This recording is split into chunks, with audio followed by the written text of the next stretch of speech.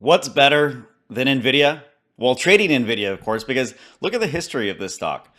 It sees some wild rides.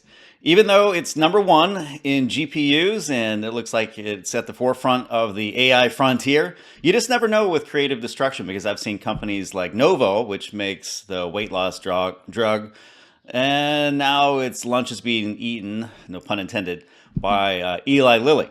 So Nvidia is down quite a bit right now for the year. Let's go look at the metrics. I'm going to hit start, and then you can see what a big difference it makes when you actually trade Nvidia. So Nvidia, the strategy is at new all-time highs as of last night, yesterday's market Tuesday, and I think it's down a little bit today, but recovering. And the stock itself for the year, let's take a look at performance. It's down about 18% for the year, 27% I believe from the high. And the strategy is has a huge spread, up 26% for the year.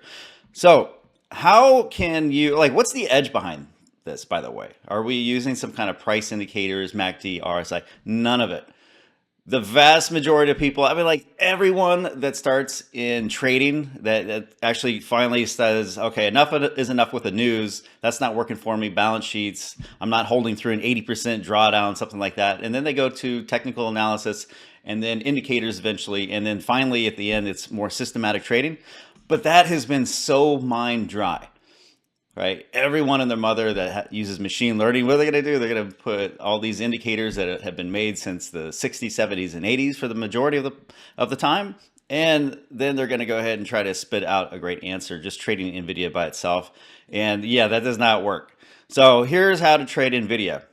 We have found that ETF mispricing data, that's like the difference between what an ETF is trading for versus the actual stocks that it's holding, have massive signal with this premium and discount. So we feed that to the machine learning. I'm going to demonstrate that for you right now. And let's actually at least do the start of building an Nvidia strategy so you can see what I mean. So I'm just going to load this bad boy up and we'll take a look. It's just all the settings are on the left-hand side here. And from the get-go, it's ready to just push start and build a QQQ trading strategy. So it goes into the NASDAQ 100 or the inverse NASDAQ 100, just kind of ping pongs back and forth. I could literally just hit start right now and it would build me a strategy. But instead, we're going to substitute that for Nvidia, right? That's what I was talking about. Nvidia being the number one chip stock in the world. It's eaten the lunch of Intel and AMD to the point where a lot of people have said, like, what's the point of even investing in either of those companies, because Nvidia is just so much larger. But you just never know. There's creative destruction that happens. I've seen that too many times over the 28 years I've been doing this.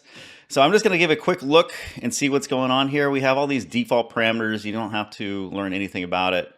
And I'll sequester, why don't I sequester 6 months of data? So it's a really good idea to avoid overfitting of the past, which is what a lot of people do when they first start. Yours truly, I was overfitting, torturing the data set so much that it would tell me anything I wanted to hear, and we don't want that. So we want to leave some data that the computer never looks at, the machine learning never looks at, and let's go fire this up now. So this is a nice little YouTube video. I'll just type that in there for posterity. YouTube, Nvidia, PSQ strategy. And then I'm going to just hit OK. So now this thing's going to go ahead and queue up in the background. We'll probably launch a couple tests real quick. Let's just do 4. If you start clicking this button too often, just through random chance, you could get a strategy that seems like it works, but then in the real world where you and I live and want to make money, it won't work. So that's all I'm going to do. All right, so while this is all queued up, I'm going to go ahead and take a look at the strategy, what it's saying right now. If I can spell it correctly, there we go. So Nvidia, there we go. We can see the tests are starting to run in the background now. They just have to boot up in the cloud. We're on the Azure cloud. All those computers are all linked together. So it's with 4 tests, that's 1,024 CPUs running right now. So let's take a look and see what's going on with Nvidia itself. And yep, we're still holding Nvidia. There was a little bit of a gap down this morning. and then it went ahead and it just held on. And you can see the timing of this has actually been pretty good. So it managed to sell on that Friday. Seemed like kind of weird taking a loss down there. But look at what happened on Monday. It was able to rebuy in that early Trump tariff sell-off. And then you can see it likes to swing trade back and forth. So it finds these weird imbalances in the markets, these weird ETF mispricings. It acts as like a fingerprint of these big whales that are moving money around the globe, because these funds are actually owned by BlackRock. Cue spooky conspiracy music, right? But look how good of a job it's been doing for trading. And I'm sure pretty soon it's going to be selling. But yeah, I love nothing more than Nvidia stock as a trading model, because I know through all these years of trading, eventually creative destruction comes around and you're going to see a huge drawdown in Nvidia. But what a wild ride it's going to be. Hope that helps. See ya.